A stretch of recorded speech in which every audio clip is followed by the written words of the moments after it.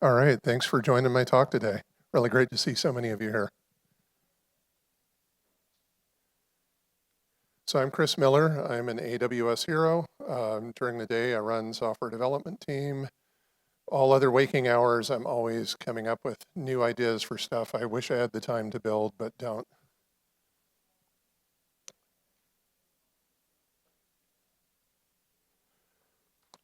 I wanted to just cover a quick agenda, so set your expectations for what I'm going to convey today. So this talk is about generating code with AI. And why would we want to do that? What kind of opportunities are there available today with the tools that we have? Like, what can we build? The process of how we do it. Planning is really important, looking at prompt engineering techniques that I found to be effective, and how the whole process works. I wanted to talk a little bit about myself, just to set the stage, kind of the lens that I view the world through. I've been in tech for a long time, almost 30 years now. I know how to code. My mom had a computer business back in the 80s. So that's how long I've been doing code. But I don't consider myself like a front-end developer. I know how to do it, but I'm sure many of you here are much more fluent at it than I am. I'm more the infrastructure and the back-end processes, doing Python programming, that kind of stuff. I am considered a machine learning hero. And while I do know some things about machine learning, I consider myself more the AI engineer. That's like the emerging terminology for those of us who know software development. We know something about AI, but we're not the hardcore people that are making the algorithms.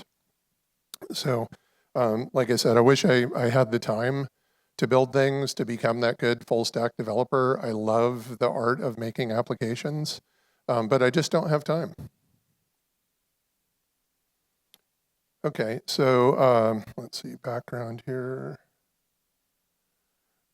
The new CEO of AWS recently said this.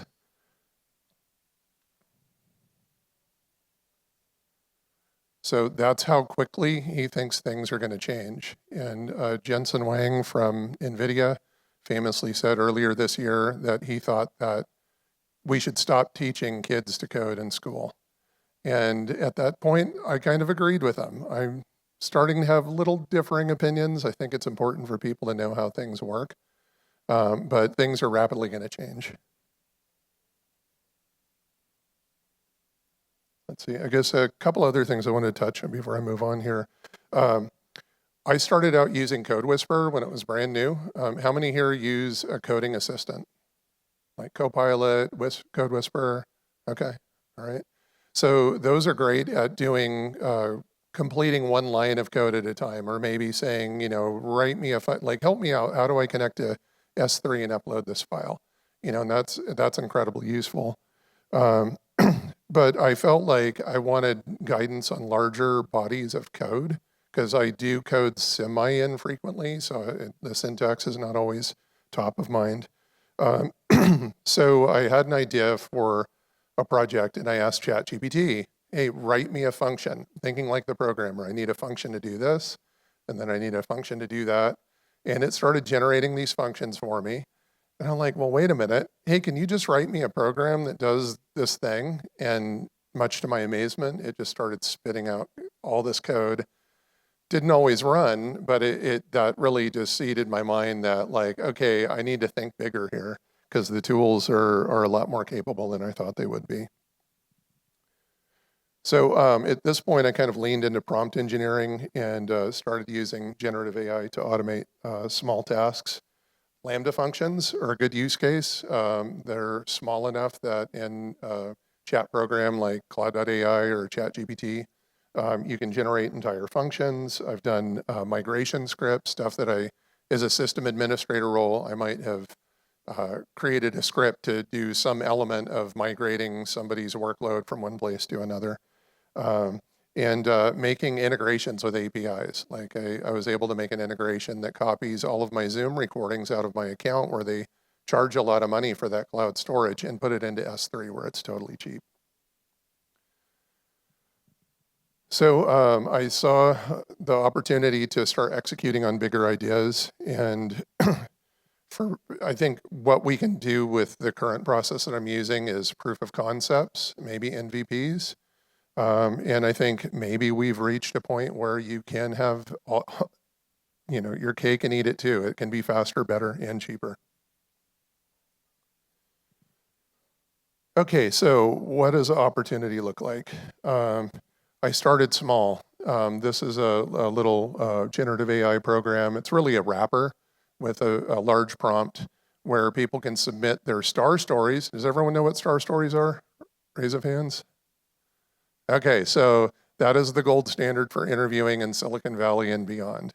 It's behavioral questions. And so I authored some behavioral questions, and I didn't know if they were any good. And so I thought, well, I can use a large language model to evaluate my stories and then tell me how I can improve them. Do they align with things like the Amazon leadership principles? And then I was able to generate a full stack application, very simple one, obviously, from a prompt. Here's another one. All of the heroes met earlier this year, and there are 270 of us now. And I recognize faces, but because I only see them once or twice a year, I have trouble remembering names or what did you do for a living. So coming away from this event, I thought, wouldn't it be great if we could have a game to test our knowledge on our fellow heroes so that so I didn't feel guilty. This is all about me being guilty. So this took 15 hours to build. The initial proof of, like, functioning game took 3 hours. 15 hours was in a Git repo, fully documented. It's available online. I didn't put a link in here, but if you're interested, let me know. To build a game, like, I'm not a game designer either, so even though it's a fairly simple game, a trivia game, this is pretty amazing. It has an AI agent. There's a scraper that goes to the hero's website and grabbed all of the information about all the heroes, and then an AI agent that autonomously generated 15 trivia questions per hero based off of the information I scraped off of their profile. I didn't write a single line of code here, and it doesn't look like much, but it's pretty amazing the amount of work that got done there. Okay, so I encountered a potential client. He has a catering business, and so he curates local restaurants in San Francisco, and he sets up orders for office managers. So if you have a team event or just an office lunch, he's going to go get you food from really good restaurants. And his competition, they'll take food from anywhere. They don't really care. His competition's more like DoorDash. And so, in talking with him about what he really wanted, frankly, it was just beyond his budget, but he's a nice guy. I really like what he was doing. And I thought, this is an opportunity for me to take what I've done with these other programs and build something just a little bit bigger and see if we're able to handle it.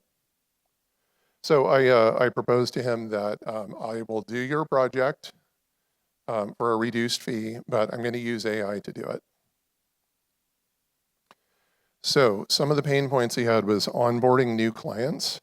The process he had on his website had a lot of friction involved in it.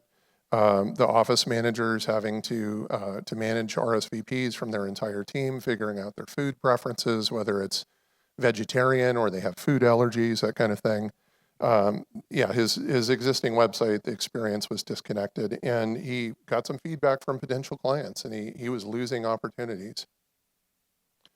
So the first thing I told him was, don't build it. Let's see if we can buy it. Is there any kind of solution off the shelf that you can use? And we looked around, and although there are 1 billion RSVP applications, there wasn't one that he could customize to provide that frictionless workflow for his clients. He did find one provider that would allow some modifications, but the numbers just didn't work out. Okay, so go into the process. Is everyone familiar with the software development lifecycle? Raise of hands. All right. So I think one thing I want to call out here is that although we're using AI more and more in terms of creating software, the software development process itself is not going to change. It took us more than 50 years to get to the processes that are working for us now. It's just the tools that we use are going to change. All right, so planning, this is the single biggest area you should focus your time on, because if you don't plan, you end up unnecessarily iterating. All right, so based off of my client's requirements, I just did a test prompt and just delivered this one sentence to Claude.ai. By the way, that is the chatbot that I chose to use. ChatGPT is great. They released 401 this morning. I already started playing with it. But everything I did here, I did with Claude. And this was the response. Like, okay, great, break it down for me. And this was what I got back just on that one sentence prompt. And this pretty much nailed everything that I had been talking to the client about.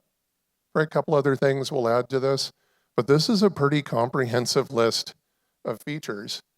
I'm like, well, this is great. This is going to be easy. How many people thought it was going to be easy? Raise of hands. Nobody, all right. Doubters.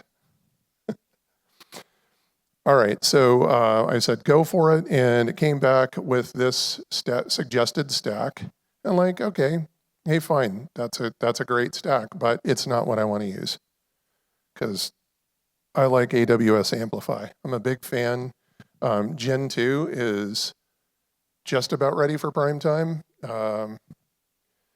What they've done is they've switched from a tooling first approach in Gen 1 to a developer first approach. So you just jump in, you start doing your front end coding in TypeScript. And then once you're ready to deploy, then you can run a couple of Amplify related commands and it will build a sandbox in the back end. Did anybody here attend any of the other Amplify sessions today? Yeah, I liked both of them, and the one that Mo did kind of did a whole overview. So if you haven't used Amplify before, I'd suggest checking out Gen 2. Okay, so on the design side, I didn't really do any design on this. This is going to be a business application. It doesn't require an exotic design. We're not doing, some crazy startup thing here. I think design is important, but it's something that you can add later. And there are plenty of off-the-shelf Next.js compatible, React compatible, component-based frameworks that you can use that look fine. Yeah, as far as like user experience, that is a very important thing. So the workflow that the end user experiences as they go through this process. Remember, we're trying to reduce friction. So there's an opportunity for you to detail what your expectations are in the prompt.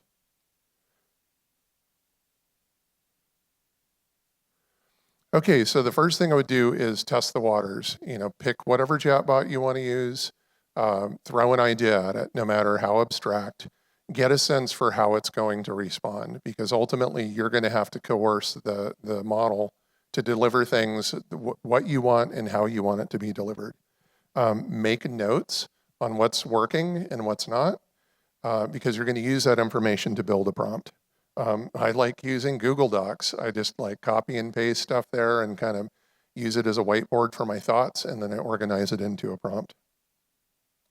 I would recommend that you, when you're going through this process, that you ask the LLM to generate the bare minimum number of files to get a working project. Because if you try to just, hey, generate all of the files needed for this project, you're just going to be fighting errors and circular dependencies and stuff like that. So get the bare basics going, make sure that your process will build, and then iterate from there. And I think I would also call out that in the chatbots, there's a runtime limit. There are token limits and whatnot, but if you ask it to do too much at one time, it's not going to be able to do it. You'll get network errors, or it will stop in the middle of code. You'll burn a lot of prompts if you try to go too big too fast. So definitely start small. Okay, for the prompting, really think this out, because if you don't, you'll regret it. It's one of those think things through in your mind, get things down on paper, so to speak, for your prompt. And then before you go paste that into the LLM, review the process, think through it, because what'll happen is you will submit something in a prompt, and the minute you hit enter, you'll go, I forgot I wanted to add this feature or this constraint to the project. And one of the problems that you'll run into is that as your conversation grows with the chatbot, every time you continue with that conversation, the entire message history is getting submitted in there. So you're using a cumulative number of tokens every time you hit enter in the chatbot. So you need to be sparing with doing that. And what'll happen is, as you start to reach the limits of the context window, your message history will get truncated, meaning like older conversations will get dropped off, including your original prompt. And you'll end up in a situation where the model will actually lose sight of what it was trying to do in the first place, and it will start generating abbreviated versions of code. When you're copying and pasting code from the window, I use VS Code. First thing I do is I scroll down to the bottom of the file and look at the number of lines of code that were in the file. And when I paste it in, if it got smaller, I'm like, no, there's a problem, or there better be a really good reason for it, because as I iterate through this process, the files get bigger and bigger, not smaller.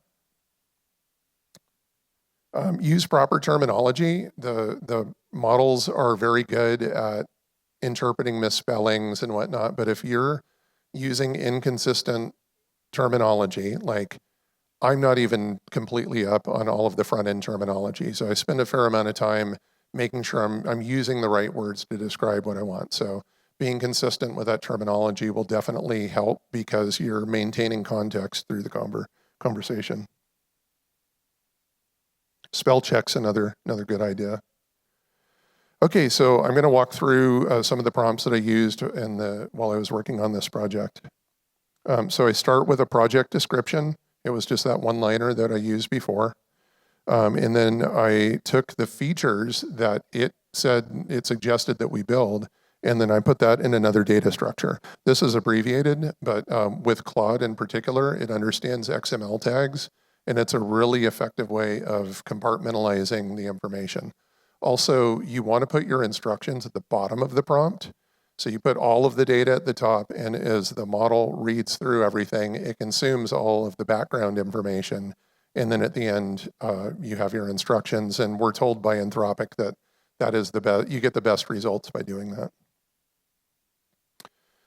Okay, so here we specify the components. So we had a feature list that it generated, and then part of the planning process is, great, we have the feature list. What does it actually look like when I go to code it? I mean, ultimately what you're trying to do is, if you think of this project as an onion, you're trying to unravel the onion down to the smallest actionable tasks that are going to be most likely to be successful. So features are broken down into the technical components. And then the technology stack, and this was critically important during this project. You need to be specific about what tools and languages that you expect the model to use, down to the version numbers. Because otherwise, it's like, oh, it's TypeScript, I'll just do whatever, because you didn't specify, and the model isn't smart, it's just a token predictor. It's gonna spit out code that is TypeScript compatible, but with what version? So define the technology stack. This is all AWS stuff you're probably familiar with. Okay, and then I put development rules here. This is how I want you to code it. If you don't want messy code, if you don't want code that's lacking exception handling, you need to be specific. Like, the models are not smart. It's a brilliant 5-year-old who knows how to code, who's never actually had to ship a product, right? So you have to use your domain knowledge as a software developer to stipulate the rules for how the code is supposed to be delivered. Also down at the bottom here, you'll see I talk about not using pleasantries, just the facts, ma'am. Just give me the bare minimum that I need to know, because you're also burning output prompts, output tokens at the same time. Okay, and then this is the final part of the prompt. This is the instruction. So I explain very explicitly where it's supposed to look, how it's supposed to interpret this information, and what it's supposed to do, including provide a list of instructions to initialize the development environment, and give me a manifest of files so that we know what we're building here. And part of this strategy here is that it's the talk out loud. This is another prompting technique that Anthropic recommends, and probably others, is when a model talks out loud, it becomes part of the message history. And so it gives it kind of this prevailing wisdom of, this is the plan that I'm going to follow to do the work. Okay, and this is how it went. It started spitting out that manifest. It started generating files. It looked like it was going down the right path. And I got to this point, and I didn't immediately think anything was wrong. Can anybody here point out anything that's wrong with this picture? So in the commands to initialize the environment, those are Amplify Gen 1 commands. You don't actually run those commands to initialize the environment. Also, the AWS exports, the third line down, that is not used. So the model knew what Gen 2 was. I asked it early, tell me about Amplify Gen 2. But it got confused, even though I told it Gen 2. And this isn't I wouldn't call this hallucination. I would call this lack of knowledge. It's like, yeah, I know what Gen 2 is. I know the development process. I know it uses TypeScript. But it didn't have any training knowledge on some of the commands, and it gave an answer that was plausible. All right, we got bad imports, wrong file extensions. In one of the first iterations, it was using .js instead of .tsx, which is preferred for the TypeScript in Next.js projects, I think version 13 and higher. Wrong version of ES. It gave me a generation 1 GraphQL schema, which actually will work in Gen 2 with some limitations. And for this project, I hit those limitations. It's the many-to-many reference. And the session management wasn't done right. So some pages were failing to load resources because it wasn't properly authenticated. I got it to run, and that's what I got. It's not really what I wanted. I mean, I would be embarrassed to show this to a customer. I mean, I'm not even logged in, and it's already given me buttons to do all these things. It's like, no, that's not what we want. All right, so here's how I went about resolving this issue. You've got to know when to cut your losses. When you're heading down the right path and you've got this huge message history, go through it methodically, take everything you learned, questions, maybe you asked it to do the wrong thing, trim that out, and then you can start over. And this is a very valuable process in streamlining this operation. Ask it questions so that you understand its training data, like what's the latest version of Next.js? Oh, well, Claude 3.5 thinks it's like 13.4, and it's like 14.2.5, right? So this will help you to understand how it's going to respond, because if it doesn't know about the version that you need, you're going to get a wrong answer. Do some test assignments.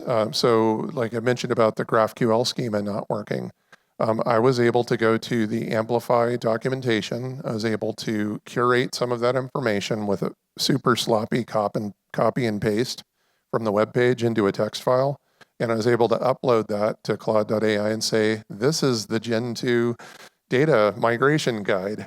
And I told it to analyze that, and it was actually able to generate a model. I think I got that here. Okay, so here's my regular GraphQL schema. Here's a conversation. You can't see the files that I attached, but gave it the model guide. I gave it an example, and it did a pretty decent job of generating the schema. I was getting some errors, so I told it to try again, and it just got worse and worse. So I went back to the original one, and it turned out that you can't have an enum that has an array or is required. And once I removed that, it was perfect. So it started working. So another thing you can prompt the LLMs to do is, hey, if you don't know, then just stop. You know, like they will give you an answer. They are convinced that they have an answer for everything, right? Speaking of, you know, a young know-it-all, right? You can ask it questions about, you know, files like, okay, I'm going to give you a file. Tell me how you would approach this certain situation. So you can use your domain knowledge and vet it against what its approach is going to be, and then you can guide that approach if it's heading down the wrong path. Also, because like I hit the message limit on Claude several times through this process, so they block you for like 2 or 3 hours.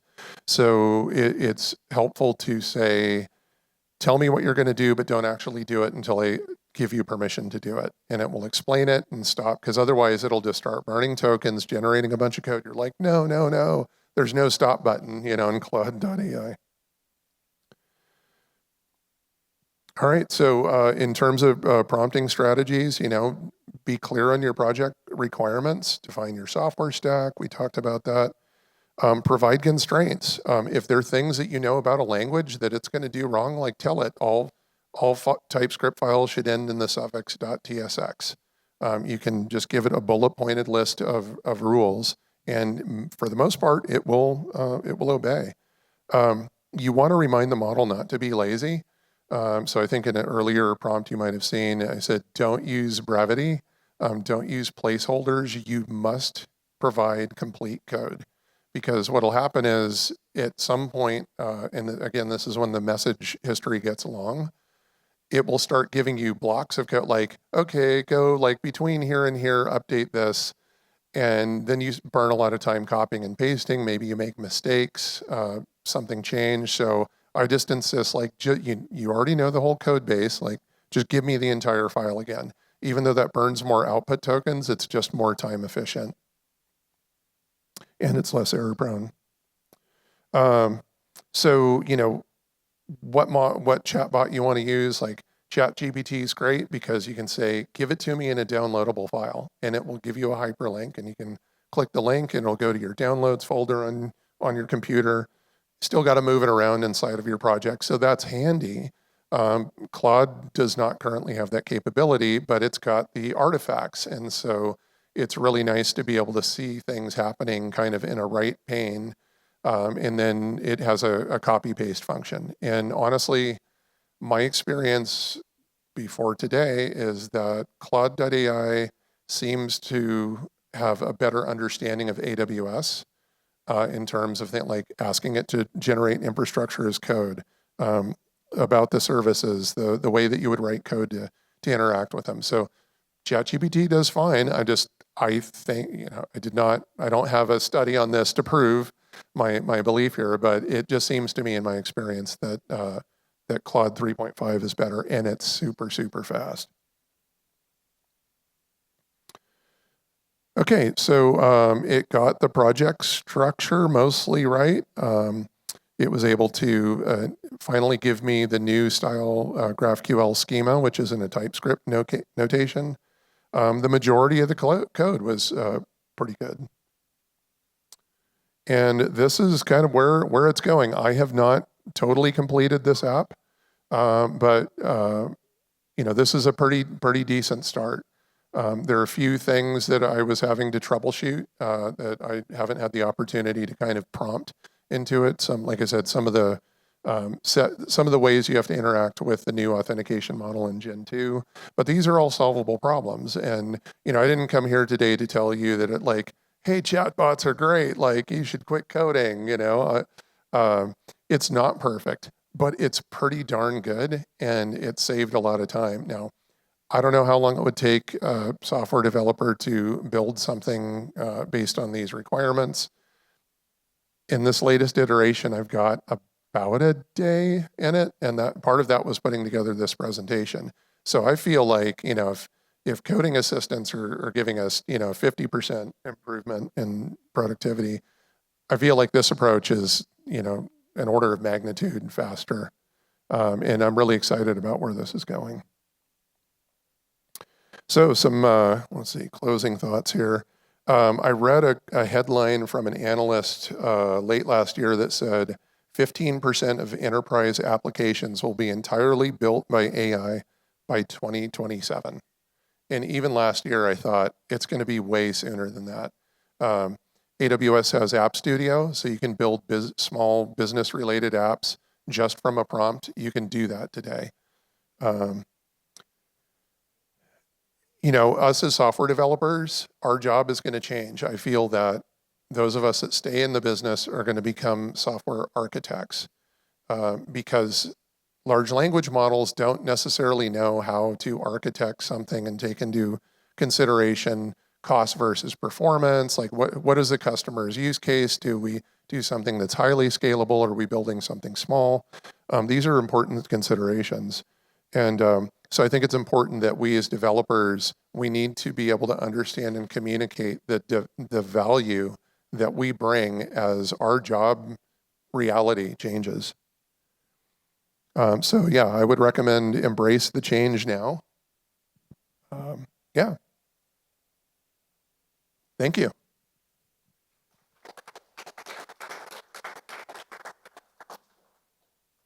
Does anybody have any questions? Yeah.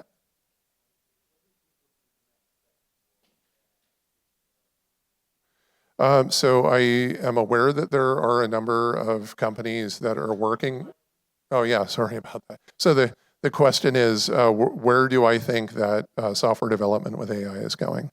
So there are a number of companies that I think are working on this problem. I'm working on my own kind of workflow automation application.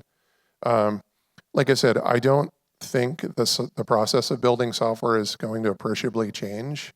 If anything, large language models seem to mimic a lot of the processes, like the thought processes that we do as humans. So if you take and apply the process of building a software application and you guide an LLM through that same kind of process, breaking things down into actionable items, I think that's where it's going. So I do think that we'll get to a point where someone can say, I want to build a social media platform. And a conversation will ensue and talk about, well, what does that look like? How, what features are we going to use that exist out there? What's going to make it different? And the AI agents are going to run off and they're going to build the thing.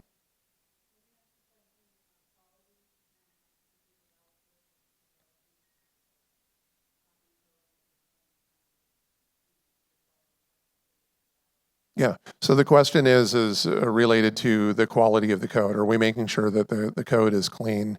And in fact, there's a book called Clean Code written by a guy named Robert Martin. And it was something I read early on in my software development career. And there are a lot of great recommendations there, like variables should be nouns and functions should be verbs, and principles like dry, don't repeat yourself, like write the function once. Function should do one thing, do it well, and do only one thing. And the code that I see, if you don't stipulate those kinds of constraints, your mileage may vary. But I have experimented with putting that kind of information in. Again, like they're going to do exactly what you tell it to do. And if you don't tell it, it's going to do something that maybe you didn't expect.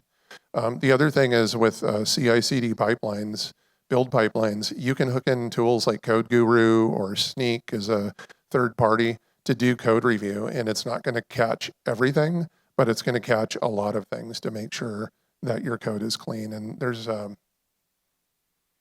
code analyzer that's like open source that you can run in an EC2 instance. I'm trying to remember the name of it, but it's like if you have a junior software engineer building a software application, somebody needs to review it. It's just common sense, right?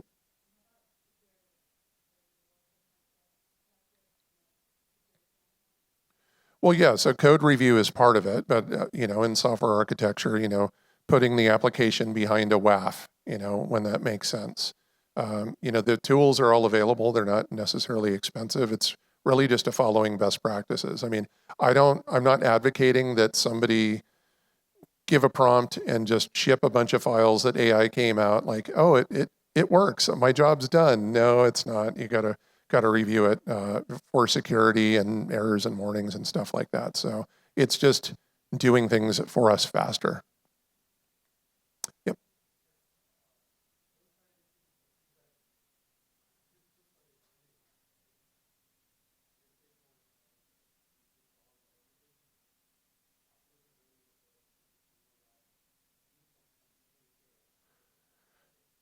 So this is where the limitations start to come in. So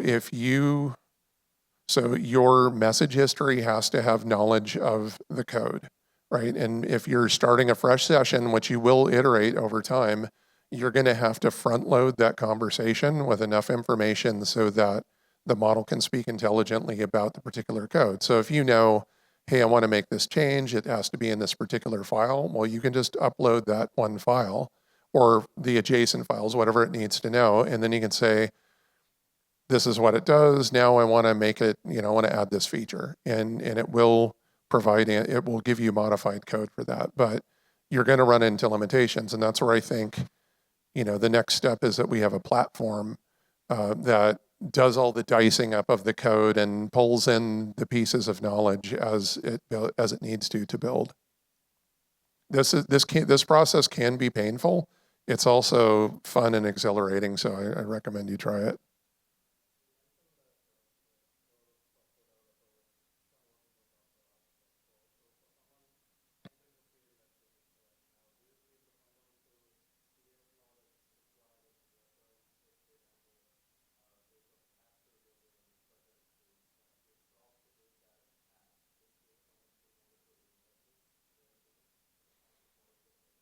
So the question is as if I'm correct in terms of the way software development jobs become more software architecture, like how important is that baseline knowledge?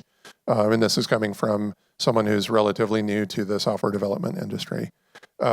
So I was a mechanic out of high school, and we had cars that had computers with fuel injection and electronic ignition, and somebody brought an old car in, and it had been built before all those systems existed. And I struggled with working on this car. And my mentor had sort of ribbed me about, oh, you think you're hot stuff. I was like 17 years old.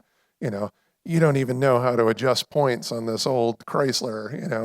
And that stuck with me because the old school knowledge is important. Like understanding how things operate under the hood is important. Like, look, you don't need to load a Linux server with software and learn how to configure it and stuff. You can just go to the AWS console and go, I want a load balancer, I want a Lambda function and whatnot, right? So, but if you don't have some sense of how things work under the hood, you're going to run into these gaps in your knowledge that are going to get in your way. So do I think that all software developers understand software architecture? No. I mean, a lot of us just are assigned like, here are the features, go implement these features. Maybe you're not thinking about big picture. Maybe you're not interacting with the client to understand what their pain point is, right? So I think it's going to require taking a step back to kind of understand the world around us. So that architecture knowledge, I think, is going to be important. Will some people, like for simple use cases, App Studio is great for non-technical administrative people to say, hey, I need an app that allows people to submit expenses and have it go into a table and maybe send me an email report or something like that. So today, it's really simple to us, but we're all going to find out, how sophisticated and how quickly we get there.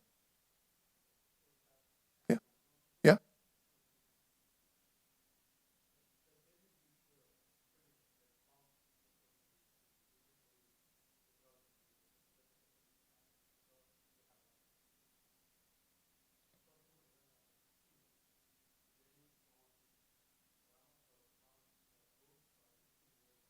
got it. Well, my experience started on Labor Day of last year. I spent the entire 3-day weekend figuring out how to build a chatbot with LangChain. So things are moving fast. Like, don't feel bad about just entering into this. Anthropic, and I'm sure OpenAI have really good prompt engineering guides. They're very extensive. And you learn this stuff cumulatively. Like, I attended an Anthropic webinar on prompt engineering, and they talked about thinking out loud and, putting the instructions down at the bottom. There is, okay, so AWS has something called Skill Builder. It's free, and then there's a paid version. I'm not up on the curriculum that's available there, like free versus paid, but there's definitely content available to you. There's a lot of stuff on YouTube. There are AWS blogs.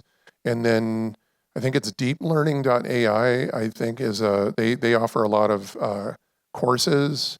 I think they have a 2-week free trial. Some courses are free. I think there are a few generative AI courses that you can do for free. So yeah, when I got into technology, Google wasn't even around. Like, I had to go out on Usenet and post my question and wait for some guy on the other side of the world to answer the question. So, I mean, there's so much knowledge available. So, yeah, seek it out, be persistent, and you'll get there. It's not hard. You just have to keep showing up. All right. Thank you, everyone.